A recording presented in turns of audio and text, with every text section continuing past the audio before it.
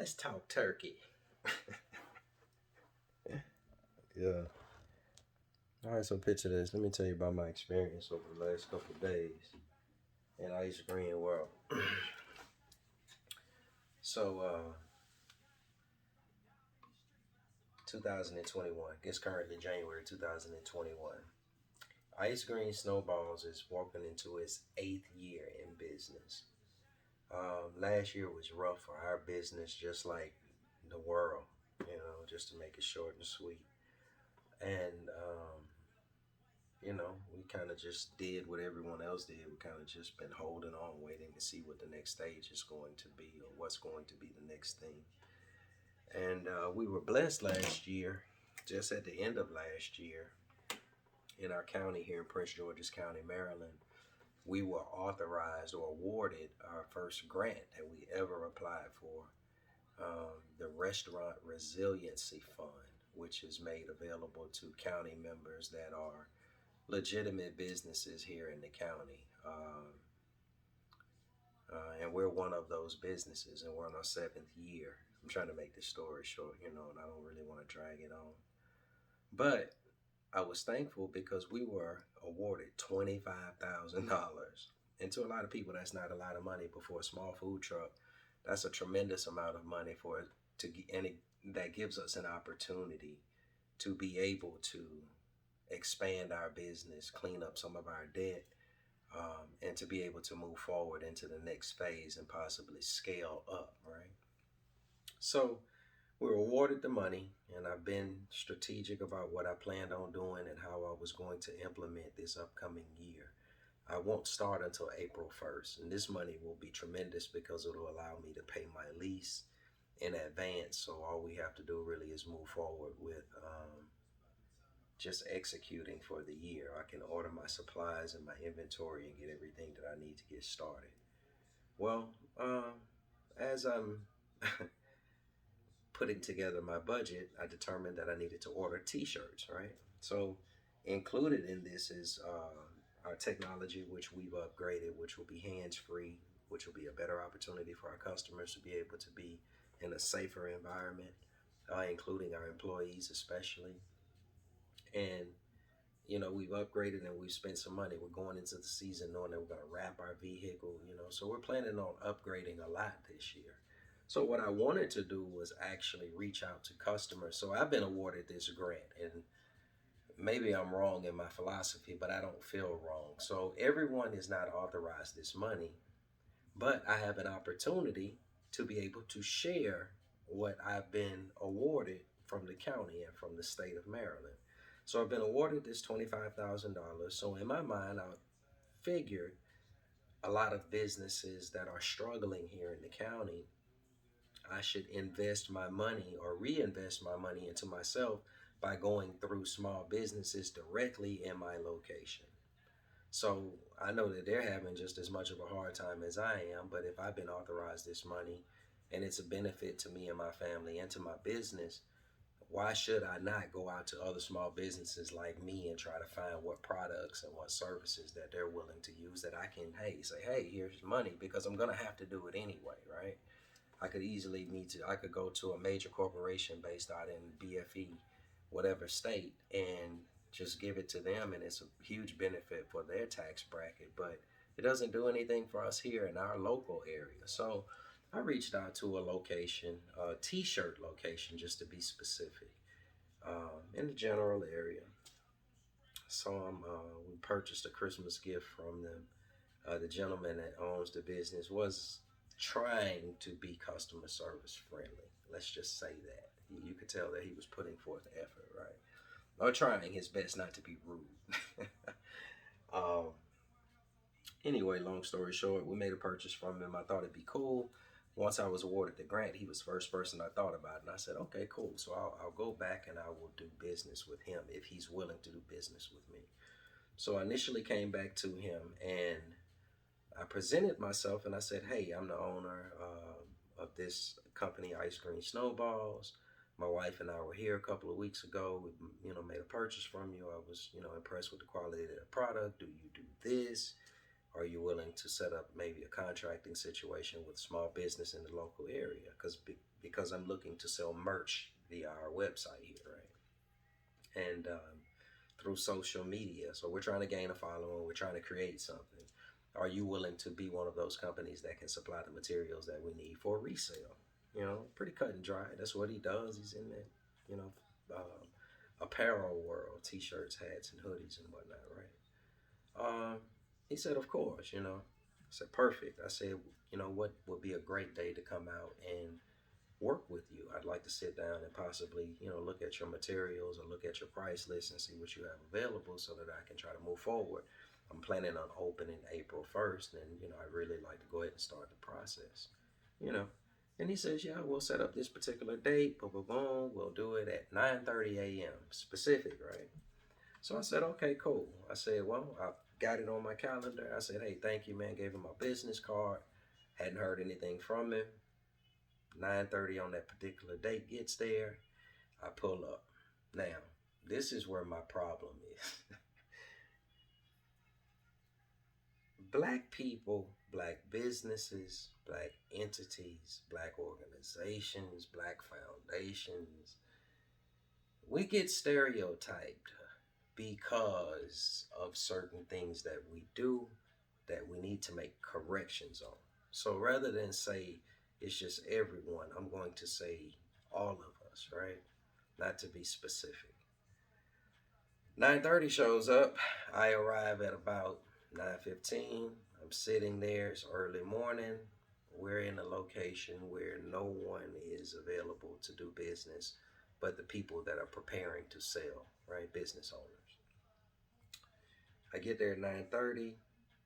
No, no there. I pick up the phone. I call him and I said, hey, I'm here, but there's no entrance to the location. He says, hey, I'll be there in 10 minutes. I'm running a little bit behind. Now, this is our very first meeting. I said, okay, cool. You know, I understand it's our first meeting. It's, you know, I'm giving him the benefit of the doubt because I understand that things happen, right? So we get there. He finally shows up about 15 minutes later. He comes in, he takes his time, he's getting stuff prepared. He unpacks his truck. I'm standing there in the cold, asking him if he needs assistance. He says no. We go into the location. He says, "Hey, have a seat. I'm gonna go and open my store, get everything prepared." I said, "Cool." So I went over. I sat down for another 10 minutes. Now, mind you, it's about 10:15, right? About 30, 45 minutes outside of the time we were supposed to start our meeting. And he finally comes over and he says, hey, you know, so he starts to give me the rundown of the different products. I said, okay. I get my pen and pad out. I start taking notes. And literally 5 minutes into the meeting, his phone rings and he says, excuse me, I've got to take this call. I said, okay, cool, man. So he takes the call. Understood, small business, you can't let anything slide, right? He takes the phone call and he literally proceeds to having the same meeting that I'm supposed to be having with him over the telephone with someone else. Meanwhile, with his finger like this telling me to hang on a second. Right? I'm a gentleman first, right? My mom raised me to be a gentleman first. A professional, I learned to become over time. But a gentleman first. I ignored the finger. I listened to him talk to this other person for about 12 to 15 minutes. Literally. Sitting there, no big deal. I still want to work with the brother because that's what I'm supposed to do. He finally gets off the telephone and he gets back to, he doesn't apologize. He just says, yeah, man. So, and he gets back to the conversation as if 15 minutes hadn't passed while I'm sitting there. I'm a grown man too, by the way. Right? Apparently that didn't resonate with him when he sat down. But anyway, I finished the meeting with him, still took my notes because at this point I'm realizing now that I'm probably not going to do business with him. But rather than throw him away, I decided to find out as much as I could about what he did so that when I moved on to the next person, I'd be fully prepared to have a decent conversation with them before I spend my money. Long story short, that meeting ended. We determined that he was going to email me. Mind you, I'm still trying to remain loyal to the black man. I love him. I'm gonna help him. I'm gonna do what I can to do to help him because I want to represent him. I want to see him successful. But his demeanor is not making me feel as if I really want to work with him. I wouldn't really even be speaking to him after the way he presented himself much long before we even got into this other stuff. But anyway, long story short, a week passed. I said, well, I get a telephone call from him. We're supposed to meet literally 5 days later. I said, hey, let's link up. He says, let's link up so I can show you the fabrics. Well, I pulled up to the mall on that particular day, which is about not even 5 days later. 5 days later. We're talking about between Monday. Yeah, 5 days later. I pulled up. I pulled into the parking lot and I called them and I said, hey, are you available or do you have any of the designs that we discussed? And he says, well, no, I don't have everything. I have just, this, that, and the third. Once he said I didn't have everything, strike two with me at this point. Mind you, I've ignored all of the other flaws that have occurred during our initial meeting and whatnot. I said, so let me do you a favor. I understand that we're talking about a short period of time that's occurred since we met. I want to work out a design. We just met last Friday. Today is Tuesday. Let's meet this upcoming Friday. That way you'll have 7 full days. This is my exact quote to him. That way you'll have 7 full days to, fully prepare, get your quotes together, get your prices together, get your fabrics together, whatever else you feel like you need to bring to the meeting. I'll bring myself. You tell me what it's going to cost. We can work out the deal. Cut and dry, which was this morning.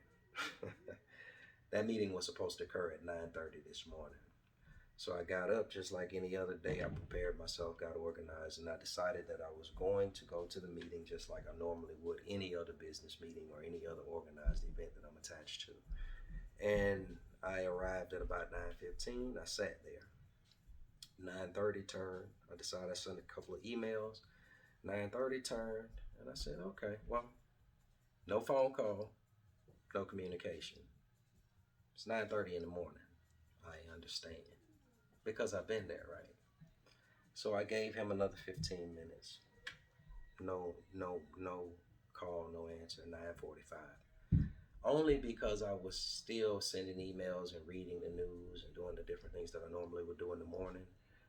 I gave him another 15 minutes. I decided that the mall wasn't going to open until 10 a.m. and I said that's when I would walk in. 10 a.m. walks in, I walk in, I go to his store. I stand there. He's not available. No telephone call. Now, mind you, we're 30 minutes past the time that we were supposed to meet at 9:30. I went to the stores and did a few other stores. I did my business. I came back at about 10:15, 10:20. I texted him and I said, are we still going to meet?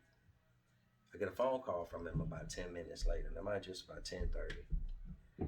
Yeah, man, I was at the warehouse this morning. I got a little bit behind, I'm on my way. I should be there in about 10, 15 minutes. Now, mind you, I've been standing inside the mall. Security's looking at me.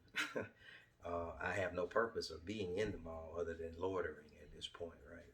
The person that I'm here to meet with is not available. And mind you, this is the person, he said on several occasions, he reminded me that, I like to get there early to handle business because, I'm busy throughout the day and that's when I'm able to do it. So I said, okay, I'll make accommodations. I'll get up and I'll come to your turf, right? This morning I did that. Literally, I watched him walk in and he didn't say anything when he saw me standing there. He kind of he walked to his door, he unlocked it nonchalantly. And he saw me open the door. And at this point, I was trying to decide if I was going to be a real asshole and go off or I was going to just let it go. I chose to just walk away with no explanation, no need to even engage, no need to even correct him on what he was doing, right? I walked out the mall. Literally, by the time I got to the truck, I got a text message. Hey, I saw you walking out. Something to the effect of, I'm here. I didn't respond. Since then, it's approximately 4 o'clock, 3:55 now. The market's about to close. And he called me about 5, 6 times before noon. there's nothing that I have to say. My money is extremely valuable to me. But what's even more valuable to me than my money is my time. You're a small business owner. You want people to come to you. You should probably learn to treat them with the same respect that you're asking them to give you when they walk through your door. I have no issues with this guy. I'll never have any issues with him. But I refuse to do business with him. Here's the drop. I'm prepared to spend about $5,000 today. I'm loading a merchandise website for my business, Ice Cream Snowballs, and I'm in need of hundreds of pieces of apparel. He was talking 12, I was thinking more like 1,200. But I understand me. I understand who I am. I understand what I am worth. And what I will not do is subject myself to anything less than the standard. I wish people him and people like him the best. But I will say this, and rather than complain, I learned a lesson today.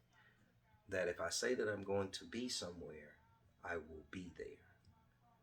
If I'm going to do something and I commit to doing it, I'm going to do it in the time frame or within the time frame that I commit to. If not, I'm going to inform that person or that entity that that's not going to be able to happen. It's clean, it's honest, it's fair, it's of a higher standard apparently that a lot of people tend to. A lot of people seem to not take value in that. Well, but for me, I am trying to create a new standard for myself, which I've always had. But for my business, I will continue to keep the same standard. And if you can't value the most important thing, which is my time, we will never, ever, ever have anything to discuss. Clear cut and dry. Black businesses need to learn to do better. If we want better, we have to do better. If you need better, if you want better, you have to do better. You can't continue to treat people that are customers of yours like you treat people that you don't speak to Monday through Friday because you're just rude. You should just be the asshole you are Monday through Friday and allow people that want to be in business, because what's going to happen is I'm going to order my shirts, my hoodies, and my sweatshirts and everything else that I'm going to need. The problem is that I'm going to have to go to someone else that's not in the region as of right now. So I'm looking for someone. I'm looking for someone that's dedicated to providing a high quality product based on what I need without compromise and is prepared to do that right now without the conversation. Everybody that walks through your door may not be prepared to spend money, but you should treat everyone as if they're ready to drop $1 million on your head right now. If not, you're going to miss the opportunity if it ever presents itself. And today he missed out on easily about 5,000 because really I was prepared to spend 2,500 and deposit on these products just because I need them, not because I want them. So I wish him good luck. I'm going to continue my mission looking for other businesses like mine, small black businesses that want better, that's trying to do better. And I pray that I find somebody, because I need to find somebody that I want to work with, somebody that can feel my energy, somebody that can help me recreate the ideas that I have here, and I want to put them out into the public in the best way, in the most professional way possible. So the search is still on. I'm not discouraged. I'm not disgruntled about any of it. If anything, I'm going to pray for him and hopefully he'll learn a valuable lesson. But if not, it's not for me to teach adults. Hell, I'm barely grown myself. Right? So going into 2021 with a whole nother perspective, man, trying to take it into another level. And I want to take some people with me and some other businesses with me. And I'm going to be actively searching for those people and businesses and entities. And if I can find them, I'm going to link up with them. Anything else other than that standard that's ready to take it to the next level, I just won't have time to really entertain it. And that's not to be rude, it's just being honest, right? So, all right, that's my rant for the day. 2021 ice cream snowballs.